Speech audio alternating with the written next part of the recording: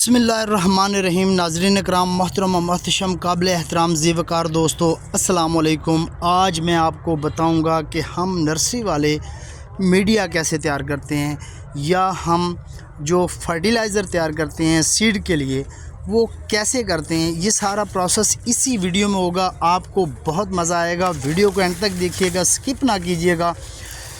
ये जी sugar cane mud है, जो आप कह लें कि चीनी के ऊपर से जब मैल उतारते हैं उसको अलहदा से फेंक दिया जाता है। तो ये हम ट्रकों के हिसाब से लेके आते हैं और उसको हम नर्सरी में बतौर खाद, ये ऑर्गेनिक खाद है, इसको हम इस्तेमाल करते हैं।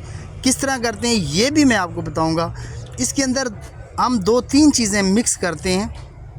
फिर उसके बाद इसमें जो सेंसिटिव सीड होता है, यानी कि सीजनल वेजिटेबल सारे सीड इसके अंदर ग्रो करते हैं, क्योंकि ये मीडिया बड़ा स्टेनेबल होता है। इसके अंदर पानी स्टे नहीं करता और ये बिल्कुल हल्का फुल्का हो जाता है। और इसके अंदर ये देखें, इसको हम इस तरह जो मड है उसको छान लेते हैं। छन्ने के अंदर से जो छानना होता है उसके अंदर से इसको गुजारते हैं और फिर उसके नीचे बिल्कुल बारीक सा पाउडर जो है वो निकलता है। ये इस तरह हमारा ये प्रोसेस चलता है। ये देखें, इसके नीचे कितना एक ढेर लगा हुआ है और इसी को हम इस्तेमाल में लेके आते हैं। इसमें क्या क्या चीज़ डालते हैं वो मैं आपको बताता हूँ। ये देखें जी, ये आप शुगर कैन मड है और इसके साथ ही हमने कोकोपीट जो है ना वो मिक्स किया हुआ है। नीचे आप देख रहे हैं वो कोकोपीट पड़ा है, ऊपर शुगर कैन सिर्फ मड है और कोई चीज़ नहीं है,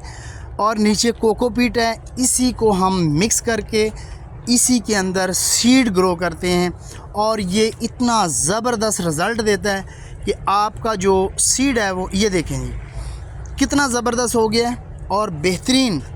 इसके अंदर सीड ईज़िली ग्रो हो जाता है, पानी नहीं रुकता। असल मकसद ये होता है कि किसी भी गमले के अंदर पानी रुके ना और वो बिल्कुल मॉइस्चर रहे, और मॉइस्चर के अंदर आपका जो सीड है वो जर्मिनेट होता है। तो इस तरह हम इसको मिक्स कर देते हैं, कोकोपीट को और मड को। इसके अंदर हस्बे आप मुनासिब समझते हैं तो इसके अंदर गोबर खाद जो कऊ डंक है उसको आप कर सकते हैं इसी तरह छानने से गुजार के। तो ये 3-4 चीज़ें मिक्स हो के एक बेहतरीन फर्टिलाइज़र आपके लिए तैयार हो जाती है। वो ऑर्गेनिक फर्टिलाइज़र होती है। उसके अंदर आप वेजिटेबल ग्रो कर सकते हैं, या फ्लावरिंग सीड बहुत बारीक होते हैं, या पटोनिया का सीड बहुत बारीक होता है वो भी ग्रो कर सकते हैं। उसमें भी उसको ताकत नहीं लगानी पड़ती और वो नीचे मिट्टी के नीचे दबता नहीं है। जब सीड आपका दब जाता है वहाँ पे आके प्रॉब्लम होती है और वहाँ पे आके आपका सीड जो है वो ख़राब होने का ख़दशा होता है। तो इस तरह का जब आप मीडिया तैयार करेंगे तो इससे आपको वेजिटेबल अगर ग्रो करते हैं तो आपको फ्रूटिंग ज़्यादा मिलेगी, फ्लावरिंग ज़्यादा मिलेगी। अगर आप फ्लावरिंग सीजनल फ्लावरिंग के चीज़ें ग्रो करते हैं तो उसमें आपको फ्लावरिंग ज़्यादा मिलती है, क्योंकि इसमें रूट्स जो सर्वाइव करते हैं वो ईज़िली कर जाते हैं, जिधर भी जाना चाहते हैं चले जाते हैं। जब आप मिट्टी के अंदर ये चीज़ें करते हैं वहाँ पे उनको मुश्किलात पेश आती है।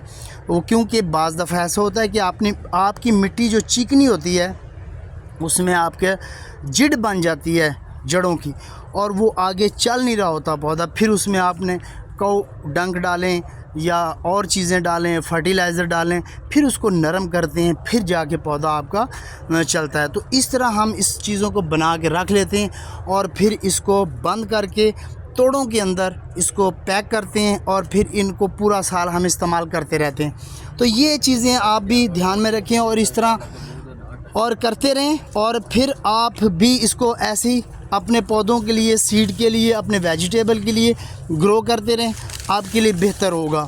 तो एक दफ़ा आप बना लेंगे तो फिर उसको इस्तेमाल बार बार करते रहेंगे। देखिए, ये हम इसको अब भर के रख लेंगे तो जहाँ भी हमें सीड ग्रो करना होगा या कहीं भी ज़रूरत होगी तो हम इसको वहाँ पे इस्तेमाल कर लेते हैं। तो नाज़रीन इकराम, ये एक वीडियो छोटी सी इन्फॉर्मेटिव थी, आपके लिए इन्फॉर्मेशन देने के लिए थी। तो ये देखें, बिल्कुल क्यों इसमें रोड़ा पत्थर कंकर कोई चीज़ नहीं होगा और बिल्कुल बेहतरीन, क्योंकि छानने से गुज़रती है तो फिर कोई चीज़ भी नहीं रहती इसके अंदर।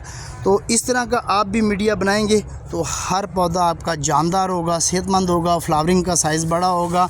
अगर वेजिटेबल होगा तो फ्रूट का आपका साइज़ बड़ा होगा और चमकदार होगा, बेहतरीन होगा और जायकेदार भी होगा, क्योंकि ये सारा ऑर्गेनिक है, इसमें किसी किस्म की केमिकल नहीं। ये देखें, मिट्टी हमारी जो होती है गार्डन सॉइल, हम जिसको स्वीट सॉइल भी कहते हैं, ये बिल्कुल रेतली है। ये देखें, मैं आपको दिखाता हूँ अंदर से, ये देखें बिल्कुल रेतली मिट्टी आप इस्तेमाल करेंगे तो इंशाल्लाह आपको रिज़ल्ट बहुत ज़बरदस्त मिलेगा।